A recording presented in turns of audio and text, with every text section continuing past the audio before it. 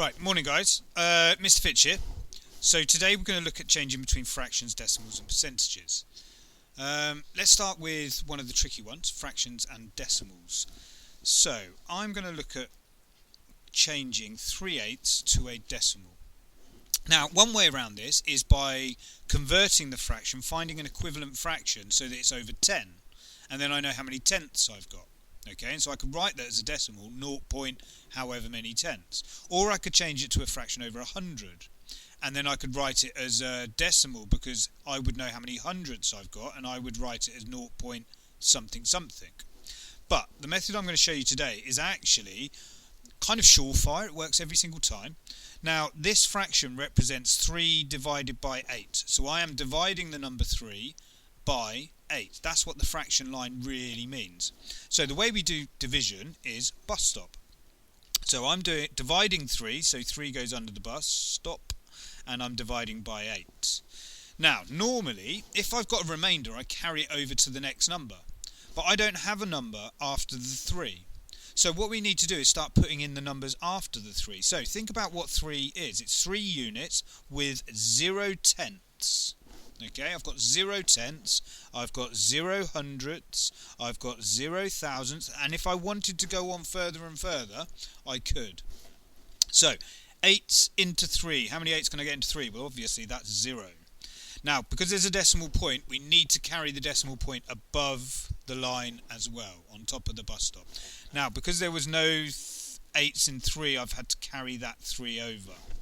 So now what I'm looking at is 8s into 30. How many 8s can go into 30? Well, that's 3, because 3 8s are 24, and I'll have a remainder of 6. So we've got 3 with a remainder of 6. So the next step, how many 8s into 60? 5 8s are 40, 6 8s are 48, 7 8s are 56, with a remainder of 4. So that's a 7 with a remainder of 4. Now I'm asking myself, how many 8s go into 40? Well, that's nice and easy. 5 8s are 40, so we've got 0.375. So 3 8s equals 0.375. So this works every single time. If you do it as a bus stop method, you'll get the right answer every single time, okay? So give it a go. Whenever you're changing a fraction into a decimal, turn it into a bus stop, put the decimal points in, put the extra zeros in, and see if you can do that division and get to the right answer, okay? Now, if I wanted to change a decimal back into a fraction, I'm going to do it slightly differently this time. I'm going to look at my decimal, and I've got 0.375. I'm going to use the same one because we know what the answer should be. I'm going to look at my decimal and say to myself, look, what have I got there? How many tenths? How many hundredths? How many thousandths? And the one that's the biggest, like at the moment, is thousand, or the smallest really, is the thousandth. So I've got 375 thousandths. So write it as that, 375 thousandths. Write it as tenths, how many tenths you've got if it's just one decimal place. Write it as hundredths if it's got 2 decimal places. Okay, so if it was just the 2 decimal places, I'd write that as 37 over 100. If it was just the 1 decimal place, I'd write it as 3 over 10. Okay, now I've got this fraction, I am going to simplify that, and if I simplify that, fingers crossed, I get back down to 3 8s. So, let's see what I can divide by. I can divide by 5, top and bottom. They're both divisible by 5. How many 5s into 375? Well, if you're not sure, do your division, as you do. How many 5s into 3? None. Carry the 3 over. How many 5s into 37? Well, that will be 7 with a remainder of 2. How many 5s in 25? That would be 5. So we've got 75 on the top.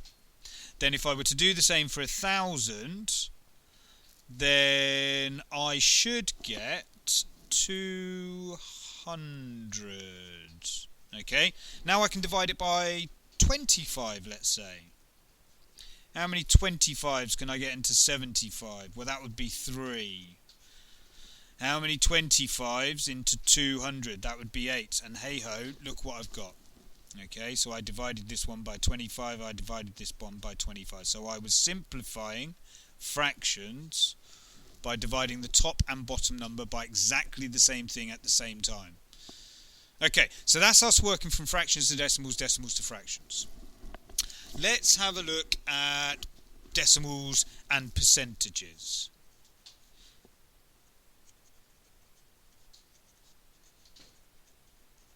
Because this one's even easier. This one's probably the easiest.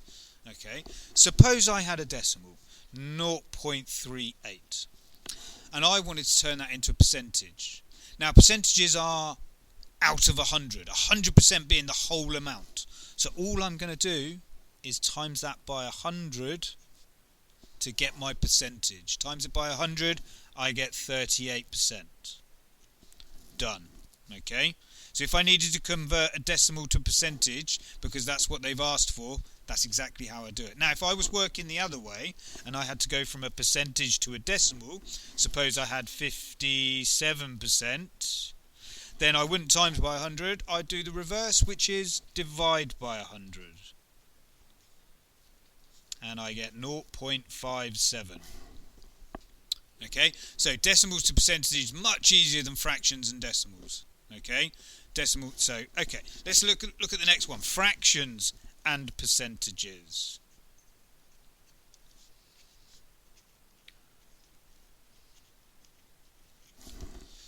Okay, I want to convert 2/5 into a percentage. Now, one way about this is, because we know the percentages are all out of 100, the total amount, if I could convert this fraction, like simplifying a fraction by timesing the top and the bottom, to get the denominator, the bottom number, over 100, then my percentage is just the number on the top.